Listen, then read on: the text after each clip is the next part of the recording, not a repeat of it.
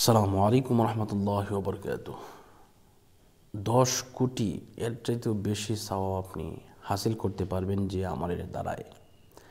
আমরা জানি না যে আমল আমরা কীভাবে করব, আমলে সলিহ আমরা কীভাবে করব। গুনাহ করতে করতে আমাদের এমন অবস্থা হয়ে গেছে, আমরা সেই গুনার কাজ করেই চলছি, আমাদের ভালো কাজ আর ভালো লাগে না, ভালো আমল আর ভালো লাগে না।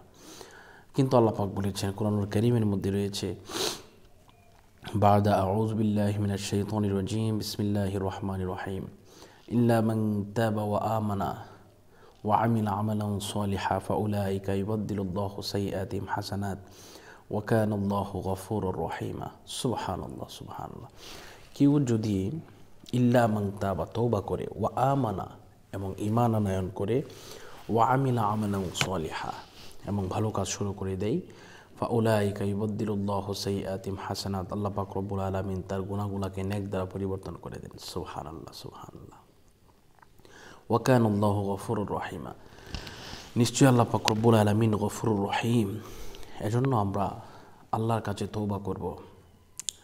তওবাটা সবচেয়ে বড় একটি নিয়ামত।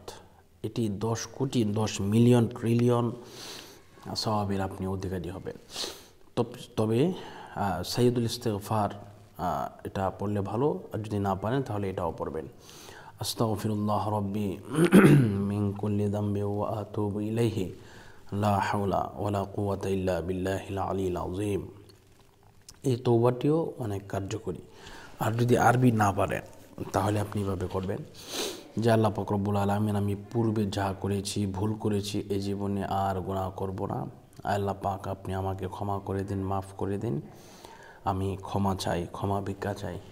এই দোয়া যদি করেন তাহলেও ইনশাল্লাহ আপনি আল্লাহর কাছে ক্ষমা পাবেন। আল্লাহ রাসূল সাল্লাল্লাহু আলাইহি ওয়াসাল্লাম বলেছেন, কেউ যদি দিনে তওবা করে, প্রত্যেক দিন একবার হলেও যদি কেউ তওবা করে, আল্লাহ পাক রব্বুল আলামিন তাকে উচ্চ মর্যাদা দান করবেন। উচ্চ আসনে আল্লাহ পাক রব্বুল আলামিন তাকে মনোনীত করবেন। সুবহানাল্লাহ। এজন্য আল্লাহ পাক সবসময় তওবাটাকে পছন্দ করেন, তওবাটাকে আল্লাহ পাক রব্বুল আলামিন সবসময় গ্র্যান্টেড করেন। এজন্য এই বিষয়টা আমাদের মাথার মধ্যে রাখতে হবে। এছাড়াও আমরা যদি না পারি বাংলাতে তওবা করব। তওবা মানে হচ্ছে ফিরে আসা। আপনি জিনার গুনাহ করেছেন, ব্যভিচারী গুনাহ করেছেন, যত গুনাহ আছে সমস্ত গুনাহ থেকে আপনি আল্লাহর কাছে বলবেন যে, আল্লাহ পূর্বে যা করলাম সব ভুল, আল্লাহ এই মুহূর্তে আমি ক্ষমা চাচ্ছি, আমাকে ক্ষমা করে দিন। তাহলে ইনশাল্লাহ আপনি অবশ্যই ক্ষমা প্রার্থী আল্লাহর কাছে হতে পারবেন, যেটা আল্লাহ পাক কবুল করবেন ইনশাআল্লাহ। তো আজকের মতো এই পর্যন্তই। আসসালামু আলাইকুম রহমতুল্লাহ।